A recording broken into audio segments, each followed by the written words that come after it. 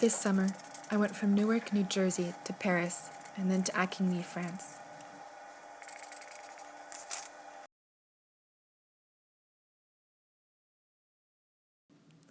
My geographic journey was paralleled by a journey across the centuries, to a chateau built in the 1500s. I lived in the Chateau d'Acquigny for several weeks, studying books collected since the early days of the home, books piled in almost every inch of the library and sprawling into closets and cupboards. Lovely hand-tinted drawings of plants matched plantings in the garden outside.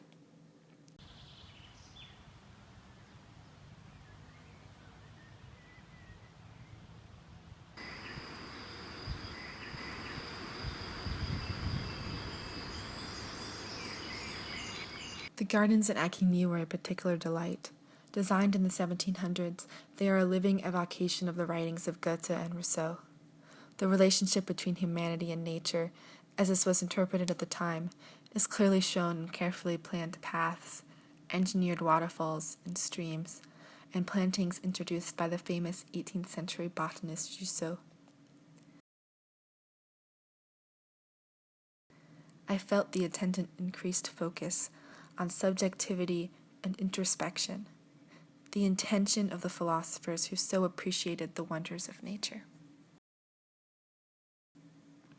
My time in France was couched in discussions about European immigration, which one would expect to be distant from the quintessentially French chateau tucked away in the Normandy countryside. The family who live in the chateau, and whose ancestors have owned it for centuries, showed me a first-hand example of global cooperation. One of their gardeners and his family are refugees, and have been welcomed with housing and employment. While at times life at the Chateau d'Acquigny seemed paused in the 17th century, there were reminders, such as this, that bridged the years and brought the contemporary world to the chateau. I went from Acquigny in Normandy to Paris.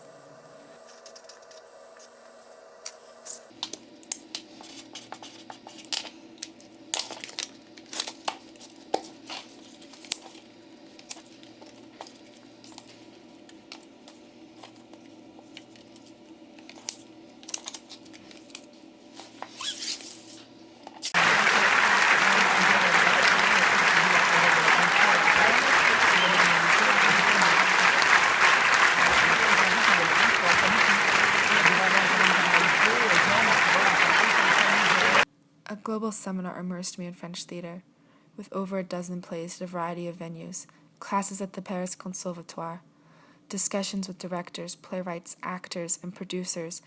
I again spanned the centuries, from Molière to debut productions. Touring Paris with the TA, a doctoral candidate in Parisian architecture, slowed my view with information about the 16th century buildings interspersed with the edgy Parisian humor of today.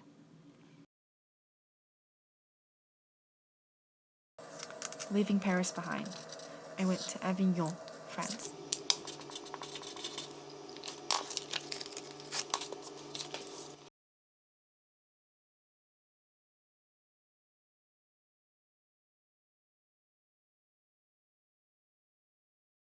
Provoking emotions and thoughtful perspectives is a hallmark of the Avignon Theatre Festival.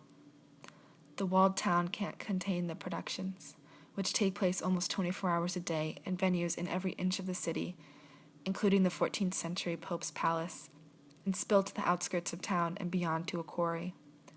Hour-long presentations, 12-hour-long plays, theater without words, words without movement.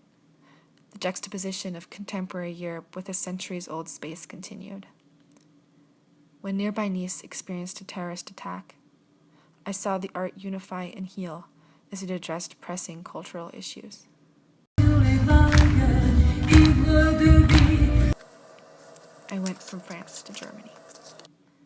Studying a language, laughing and learning with friends, I experienced a cultural immediacy that enhanced my understanding of the culture as well as piqued my interest to learn more.